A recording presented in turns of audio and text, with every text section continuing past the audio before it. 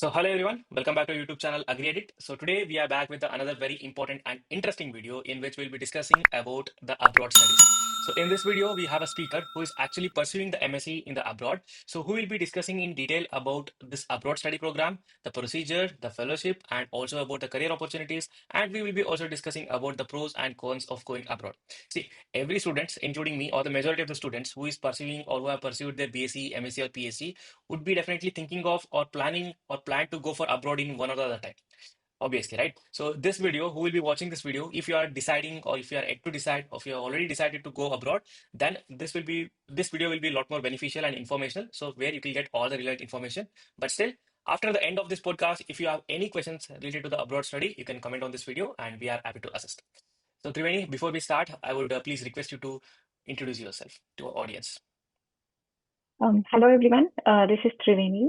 I'm originally from Hyderabad, Telangana. Currently, I'm pursuing my master's in the plant science department at the North Dakota State University in the United States of America, where I also work as a graduate research assistant under my professor. I completed my bachelor's degree from Sri Kondalakshman Telangana State Horticultural University, which is also in Hyderabad. So after my graduation, I had almost 1 year gap before moving abroad. So during that time, my friend and I worked as a freelance landscaper. We took on small projects such as maintaining a landscapes in residential communities and designing office spaces or something like that. So that experience helped me to develop practical skills and also gave me a hands-on exposure in landscaping as well as designing. And then after that, I came to pursue my master's here. Okay, so this is about a detailed journey, like how you started and ended up till M.Sc in abroad. Okay, fine. So we want to know about your abroad study. I'm very curious to know about this. What were your plans when you were pursuing BSc Agriculture? So BSc Horticulture. So while pursuing the BSc Horticulture, you planned for this abroad study, or it was after the completion of the degree that this came into your mind that you have to move abroad for your higher studies? So what was the plan? Like it might sound funny, but before coming abroad, I explored multiple options. Like I approached several professors at my university to discuss the career opportunities what we have in our sector. So the most common responses I received were roles like assistant professor or horticulture officer. So those kind of responses. So in my second year, I decided to prepare for JRF exam itself Okay. and started with a very basic book, which is instant horticulture. And also However, one more thing to mention to all our audience, Triveni is also our horticulture mentor for our online PG courses, which we are conducting from this year. And I'm also very happy that you are one among us as a mentor in our team. Yeah, please. even I'm happy to be a part of AgriEdit. And so I started preparing for JRF exam in the second year. But however, over the time, I realized that it was not my cup of tea. So again, in the final year, one of my seniors, like who had secured admission abroad, so she shared her experience with me. Then that sparked my interest, and then I began researching the process. So soon I realized that studying abroad takes a lot of time and also careful preparation. So I thought that in the meantime I should be like something productive or I should learn some new skills. So again, I applied for the rural development courses that are offered by NABARD. I guess you know NABARD. So again, and I got selected even after the interview also. However, the course fee was quite high, costing almost several lakhs. So, and I didn't feel it was worth spending that much time for just 1 year. Around the same time, my friend and I started learning AutoCAD together. So that's why we worked as a freelancers in landscaping. There we took small projects, I already told you. Then in the meanwhile, I applied to the universities here. I did all the process that is Okay, required.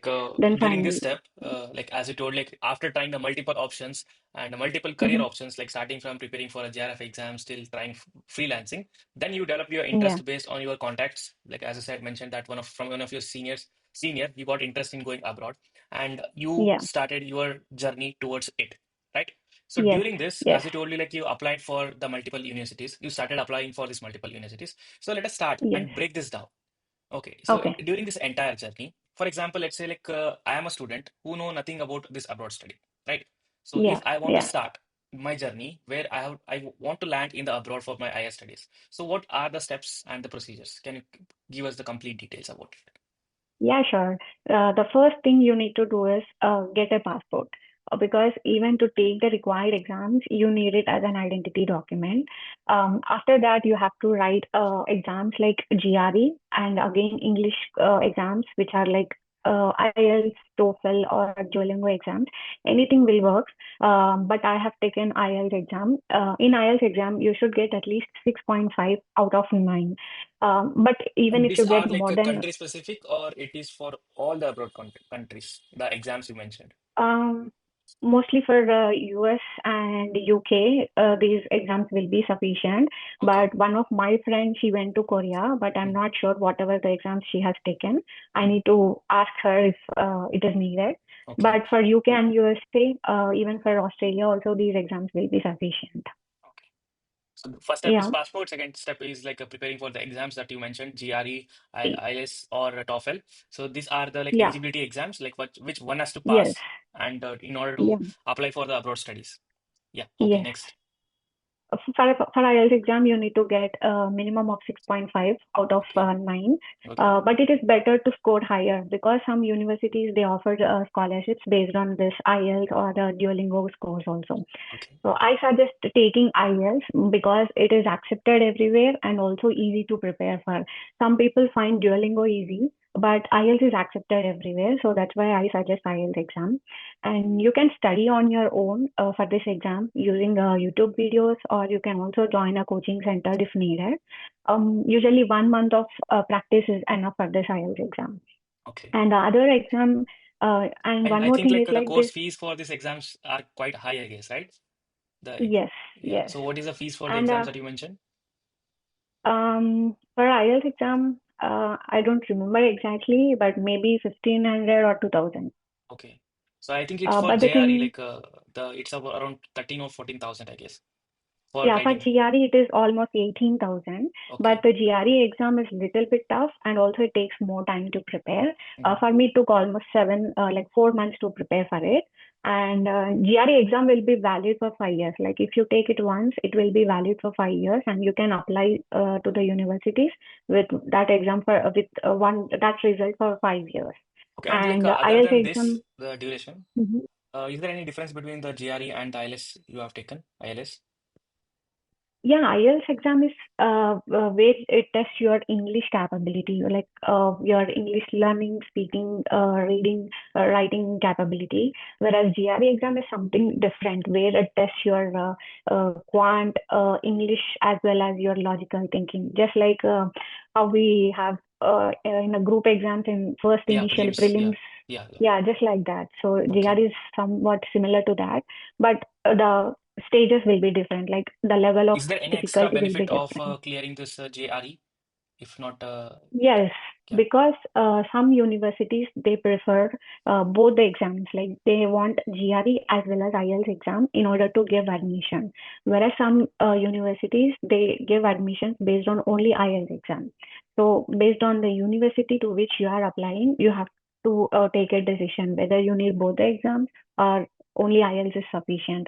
But I took both the exams because I will have multiple options to apply for the universities. Okay. So like you took the both the Mhm. exams, but you cracked both of them? Yes, Okay, GRE and LS. Okay. IELTS, yeah, yeah. Okay, fine. And That's IELTS great. exam will be valid for 2 years, so you Okay. can apply for 2 years with the same exam result. Okay, that's great. So, like, what you said, based on like whatever you have explained till now, so Hmm. before writing these exams, is it necessary that we target the universities and then based on their need, like the universities, like for example, if I am targeting some specific universities, based on their need, whether they are accepting the LS or the GRE, based on that, I have to prepare, or like how did you do it? Like, what is recommended? You have to do these two things parallelly. One thing Okay. is like you have to prepare for the exams, and the other thing is like you have to research the universities based on your interest. And I would say that taking these two exams is very advantageous to everyone because most of the students or my friends who have come here with me, we all of us have taken these two exams because these GRE scores also helps in getting scholarships even after coming here also. Okay. And So the so additional that's why, benefit is the additional benefit yeah, of it's the like, GRE is a fellowship. Yeah. yeah, yeah, Okay. So the we were let's go back to the steps that you were mentioning. One thing was passport, like second thing you mentioned about the exams. So exams. yeah, Yeah. next. And the other thing is like you have to take care of a scholarships as well as the expenses. One thing is like studying abroad is really expensive, so Okay. costing almost 30 to 40 lakhs. That's why scholarships and assistantships are very important. Some universities they also provide funding which helps cover your expenses also. So while researching the universities, you have to go through the things like whatever the research they are going on. You have to go through the like faculty, and each faculty what kind of research they are doing, and if they are offering any scholarships or not. So you have to keep in mind while searching the university, like whether they are providing all these things or not. As it is very expensive, it becomes burden to you later if you don't have any scholarships or assistantships. Okay, like So how this is much also you scholarship have to like you are keep in getting there? mind. Now I'm getting like 100% scholarship. Everything will be covered by my Okay. university. So the Yes. overall cost for like this is a 2 years degree, right? 2 to 2.5 years. Okay, so the entire Mm. cost, like what would be the approx cost of 2 to 2.5 years that you are doing there? If you're not Uh, if you were not getting fellowship, like how much costing it would be? Maybe like in USD, like in dollars, it costs almost 36,000 for 2 years. Okay, so this is about Yeah. for 2 years, entire 2 years, right? But you are like Yeah. getting 100% scholarship because of the exam you clear. This is because of the GRE exam, or it is because of any other funding or the scheme? Like everything matters here. One thing is like in order to get a scholarship, there are multiple criteria that they take into consideration. Okay, One thing is like IELTS exam or GRE score, but for my university, they don't require any GRE at mm, that time. Now I think we have to again we have to go through the process like whether they need or not. But okay, at that time, only IELTS exam was sufficient. So based on IELTS score as well as based on the fundings that the professor is having. If the professor is having sufficient funds, they will be able to provide you the funding. If they don't have sufficient funds, then they will tell you whether they can provide you 25% or 50% or 100%. So they will let you know based on their funding capability.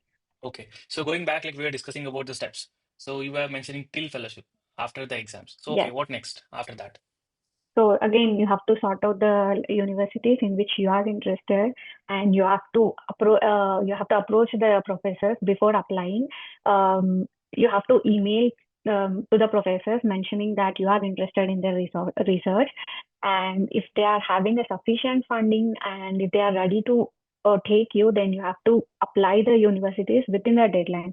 Deadlines you have to make sure that you apply before deadline, because if you apply after the deadline, your application will be transferred to the next semester. So Okay. deadlines should also be taken into consideration. Okay, you're And saying that after, before applying for the universities, like one has to approach the professor under which the research activity is given, and then if the professor is approving, then you can apply to the university within the deadline. yes, yes, Okay. so that we can cut our cost, because for each application you have to pay some amount. So Mm. if you directly apply without any contact with the professor, if you get rejected, you will be wasting a lot of money, right? Okay. So you So will be since we'll be applying to a applying for the lot of, multiple universities, yeah, yeah, yeah, yeah, yes. okay, So by that process, we can reduce our expenses.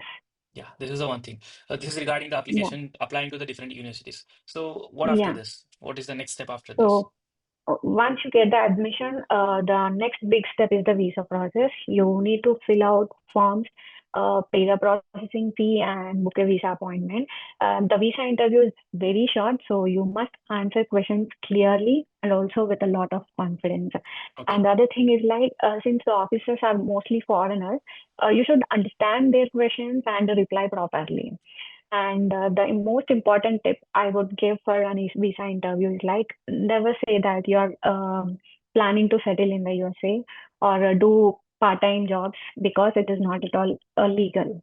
okay, And if they asked about money, like how you will be able to fund your research, your studies and all, you should be able to mention your scholarships or assistantships. Or if you don't have any scholarships or assistantships, some people will be willing to fund their research from their family support, right? Then also you have to provide all the details that your family is sufficient to fund your studies over the abroad.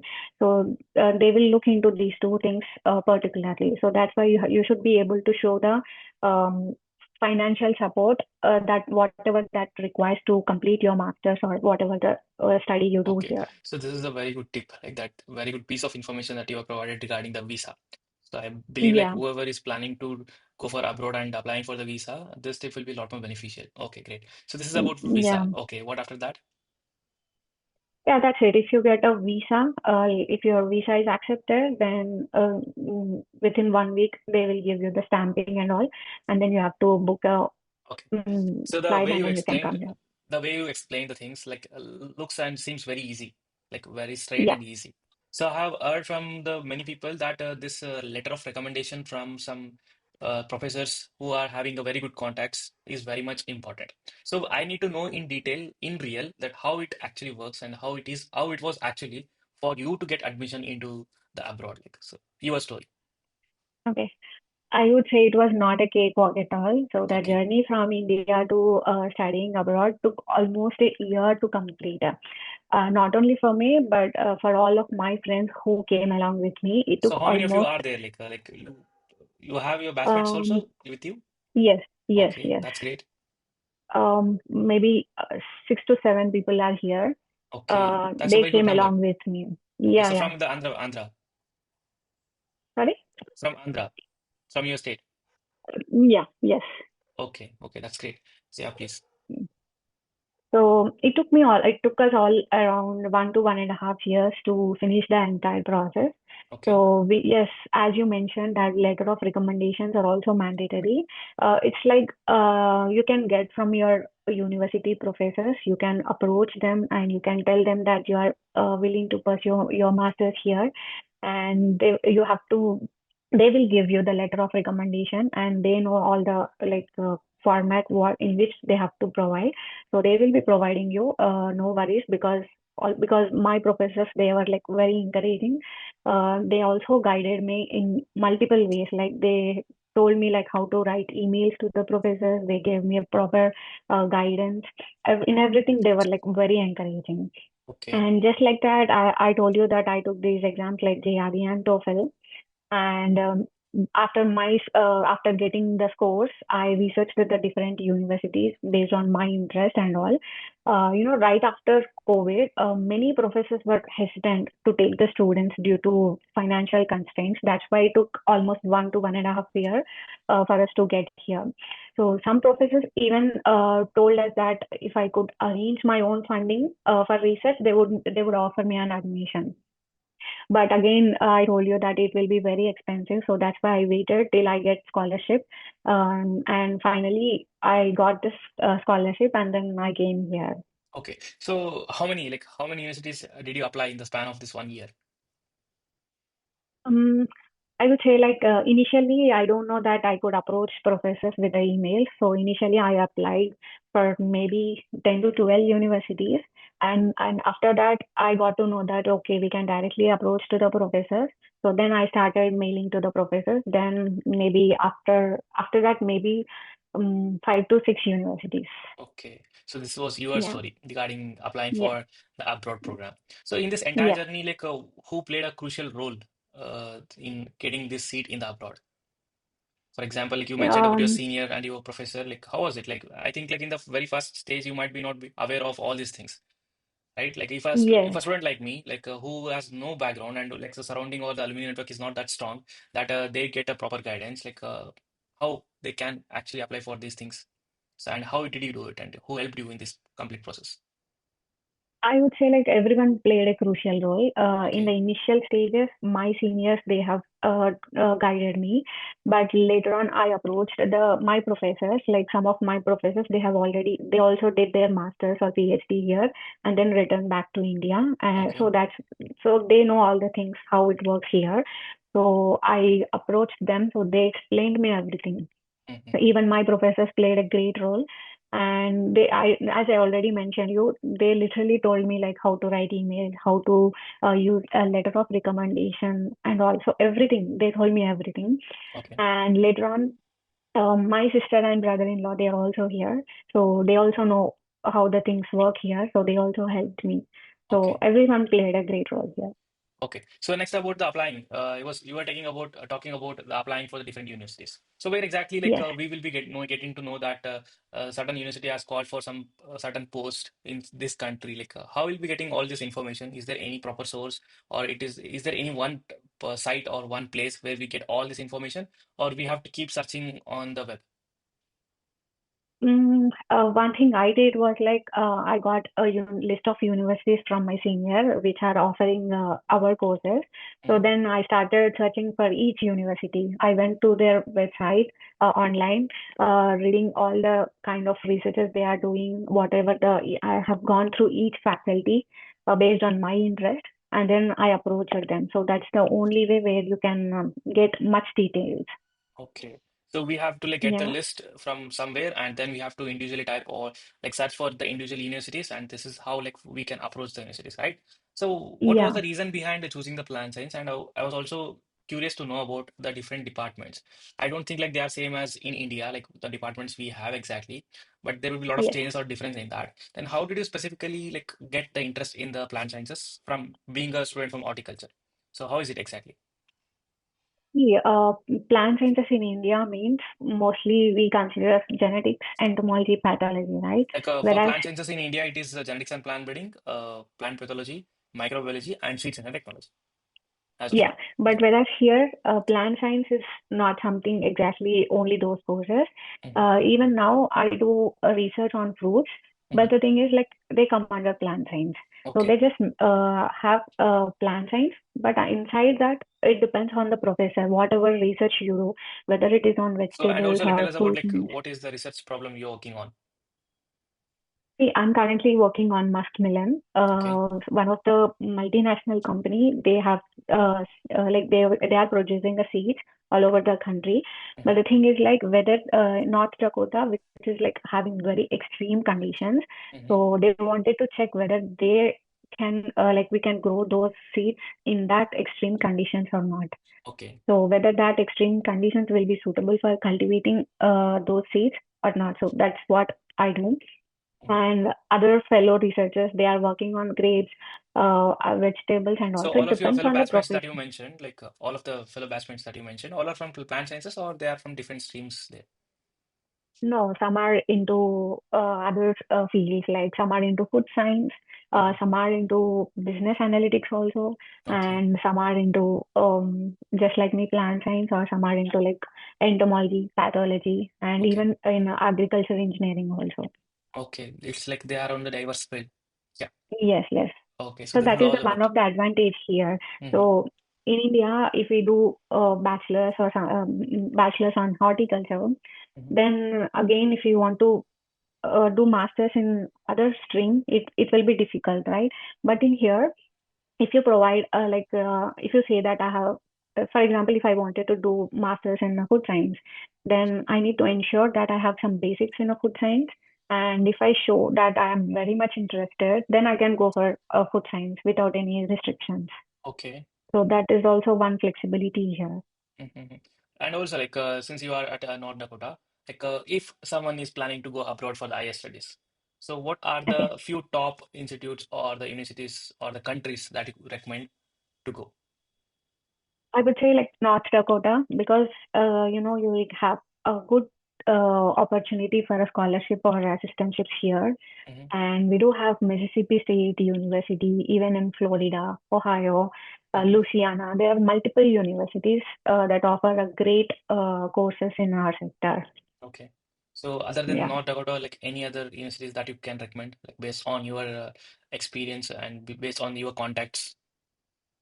Yeah, one is like Mississippi State University, Hmm. and there is also Maryland University. Okay.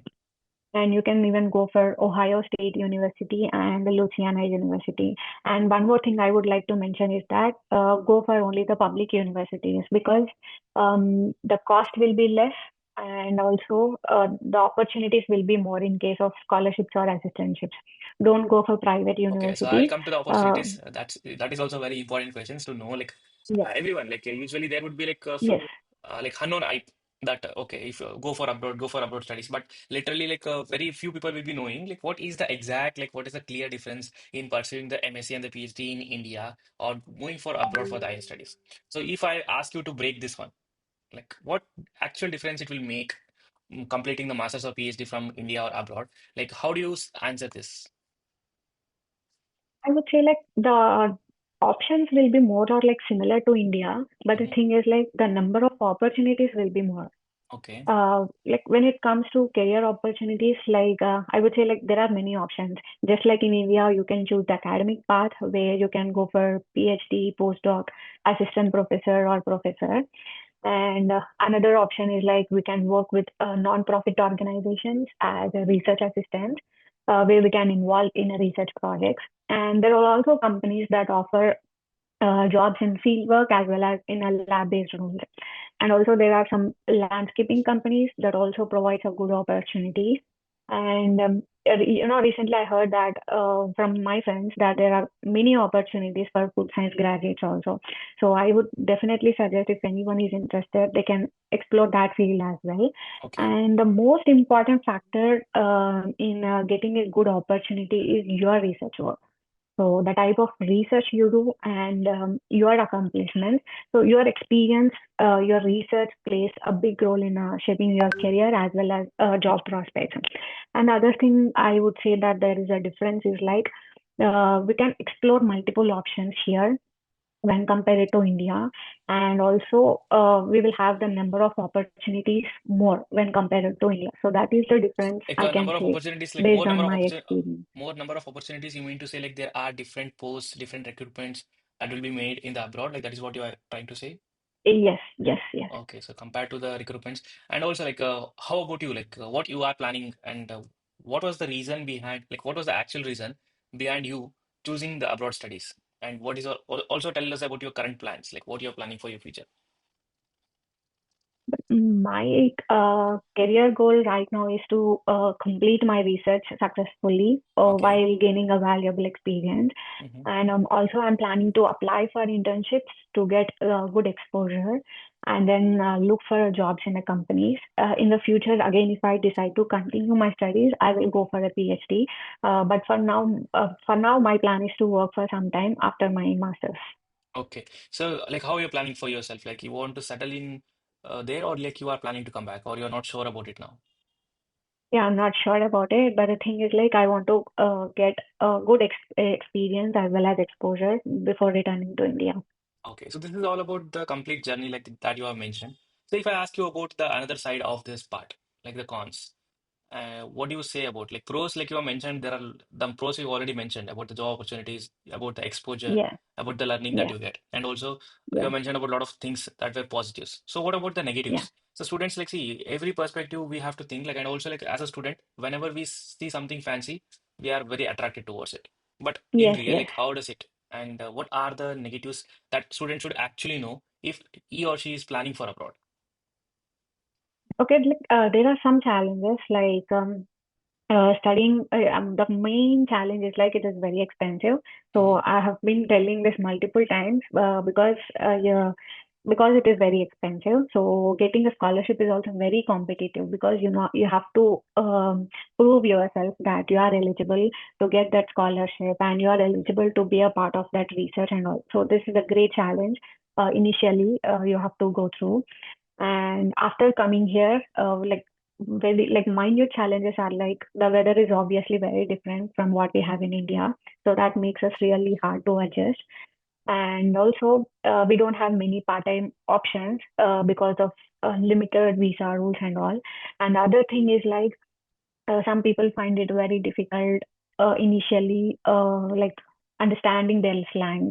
So that is the major drawback. And moreover, you have to take care of everything. Like there will be a lot of limitations for us here. Being as an international student, we have to take care of a lot of things like visa things. There will be a lot of visa stuff that we need to take care of.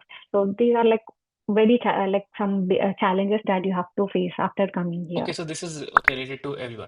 In perspective of the student, one you said is about the expenses, the other thing is about the weather. So other than Yes. this, like in case of the academics, in case of day-to-day life that you mentioned, like is there any other specific things that a student should be already aware of? So if they're planning for abroad, like No, about the language, other, like you mentioned, like I have heard from my friends and my seniors that so if someone is opting for the German, like, they have to compulsory learn their language, and yeah, so in some part like the language would be like a lot of problem. So what exactly it is yes. according to you? So far I know in Germany and Korea, you have Mhm. to learn their local language before Okay. starting your main course. Hmm. That's whereas in USA or UK, the basic is like English, so you Okay. don't have to learn anything. Hmm. English is well sufficient. So that is the only thing in case of other countries. But other than that, everything will be pretty okay. Okay. Like So the if someone is courses planning, like and for everything. example, if someone is planning to complete the master's or PhD and coming back to the India thinking that the flood of opportunities will come on them, is it really true that this is possible, or again, like they have to compete with the Indian students again if they are wanting to go into the public sector jobs or recruitments? How it is exactly the majority? Like if I ask you about the majority of the mindset of the students who is who is with you or who is going to abroad, so how he or she will planning this? Most of the people who come here, they only plan for 5 years because Okay. our visa will be for valid for 5 years.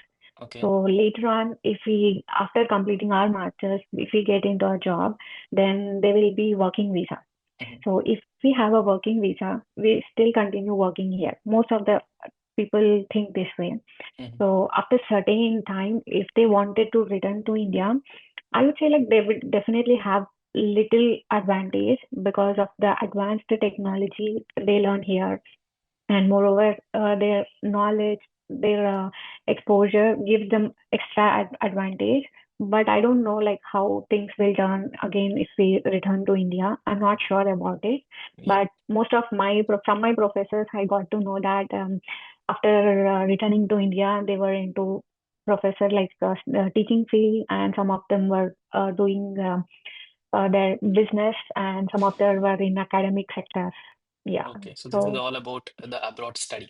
So majority, like yeah. as per my understanding from this podcast, what I've understood is like if someone is planning, like if someone wants to go for the abroad, the plan should be like completing their research and also to look for their career in the same field based on the area they are doing their research. So that would be like Yes.